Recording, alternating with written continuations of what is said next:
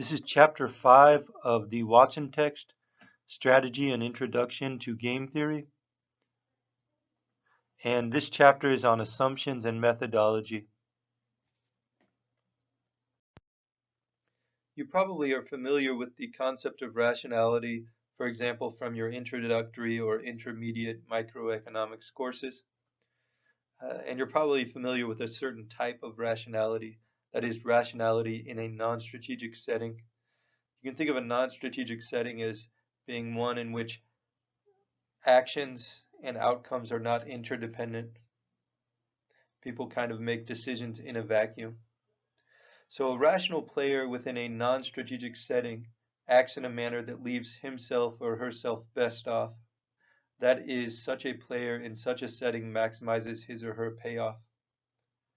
Such actions can be explained by classical economic theory or by decision theory. In a strategic setting, rationality is a little bit different.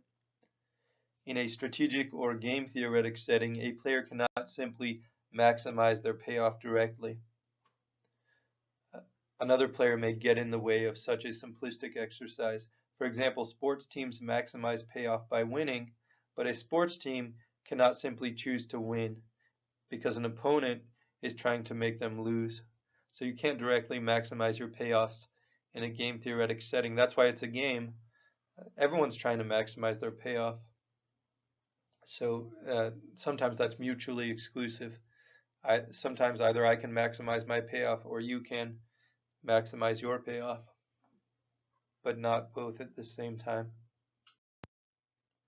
In a strategic setting, a rational player chooses a best response or payoff maximizing response to each possible strategy of the set of other players. In equilibrium, each rational player is playing a best response to the other player's strategies, which are themselves best responses then. This kind of mutual best response does not ensure that each player has maximized his or her payoff. As I said before, both teams cannot win in a sports match, but each team can maximize its chance of winning subject to the other player's strategies or the opponent's game strategy. So that would be a best response. Based on your game strategy, I'm responding in the best way, in the way that would maximize my chances of winning, and vice versa. Based on my game strategy or what you expect that to be, you're maximizing your chance of winning. We will see that in strategic settings, rationality does not ensure that the best outcome is reached. In some variable sum games or games in which the sum of payoffs can vary from outcome to outcome, the equilibrium outcome is what we call inefficient or Pareto inferior. This means that the best payoffs are not obtained. Such games are known as tragedy of the commons games or prisoner's dilemma games. And these are really the same thing. Tragedy of the commons games, prisoner's dilemma games mean that you have an inefficient outcome in the equilibrium. Such games can explain environmental travesties such as deforestation and global warming. They can also explain why common grazing lands are overgrazed and common lakes are overfished. In game theory, we assume that players have a shared understanding of the game, and we call this shared understanding common knowledge. Each player knows the game's extensive form.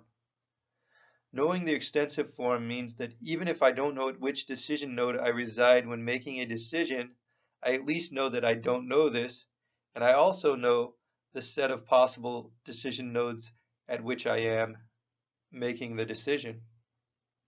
Okay, so I don't know where I am, but I know where I could be, the set of nodes at which I could be.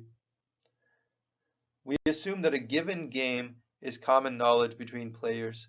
Players may not know the complete chosen path of the game to the point of the game that they reside, but they each know the extensive form of the game.